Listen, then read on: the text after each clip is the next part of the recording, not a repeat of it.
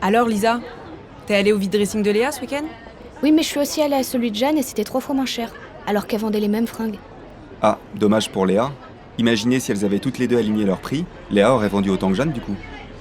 Oui, après c'était histoire de vider leur placard. Elles ont pas fait une étude de concurrence non plus.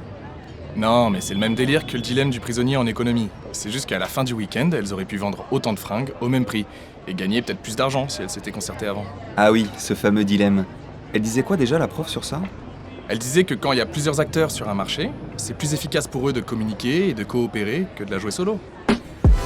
Tu vois la diff? Hé Ah ouais? Explique du coup.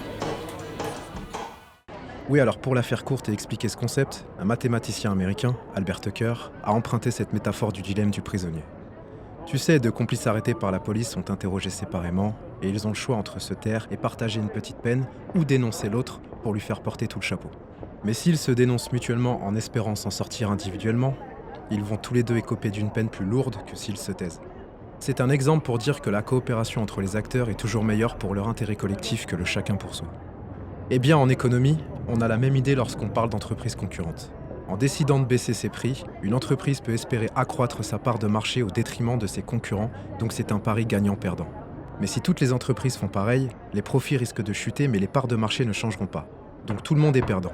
Ce qui veut dire que la recherche de l'intérêt individuel par chacune des entreprises s'oppose à leur intérêt collectif. Ah oui, donc même dans l'adversité, il faut chercher à s'entendre quoi. En fait, si tous les acteurs se parlaient, ils pourraient coopérer pour trouver une solution gagnant-gagnant. Par exemple, les pays producteurs de pétrole qui font partie de l'OPEP ne sont pas vraiment des bisounours, et pourtant, ils arrivent souvent à s'entendre. Ils décident ensemble d'augmenter ou de baisser leur production pour peser le prix du pétrole en fonction de leurs intérêts. Oui, mais ce principe ne profite qu'à une partie de la chaîne de valeur, non? Oui, c'est certain. Ce principe de coopération permet à chaque entreprise de s'approcher d'un prix de vente optimisé. Mais les consommateurs en supportent le coût. C'est pourquoi ces ententes entre entreprises sont interdites puisque l'intérêt collectif des producteurs se heurte à l'intérêt général. Mais quand l'intérêt général est à l'échelle mondiale, ça se passe comment? Par exemple, il y a des causes pour lesquelles il faut mobiliser absolument tous les pays, comme le réchauffement climatique bien sûr.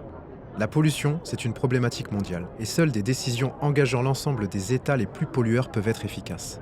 C'est pour ça qu'il y a de grandes négociations internationales avec tous les pays concernés pour arriver à des accords globaux, comme les fameuses COP, qui ont lieu chaque année et durant lesquelles les pays signataires s'engagent à prendre des mesures pour réduire les émissions de gaz à effet de serre. Dilemme du prisonnier, ou théorie des jeux, concept énoncé par Albert Tucker en 1950. Dilemme du prisonnier en économie.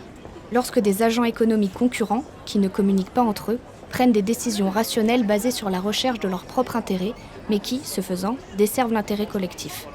La solution, favoriser la coopération entre les agents économiques concurrents permet d'éviter les comportements individualistes défavorables à l'intérêt collectif. L'exemple.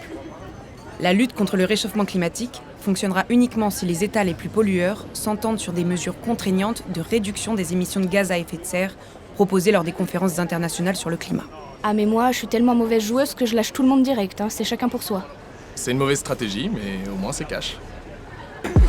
Tu vois la diff? Hé Ah ouais? Explique du coup.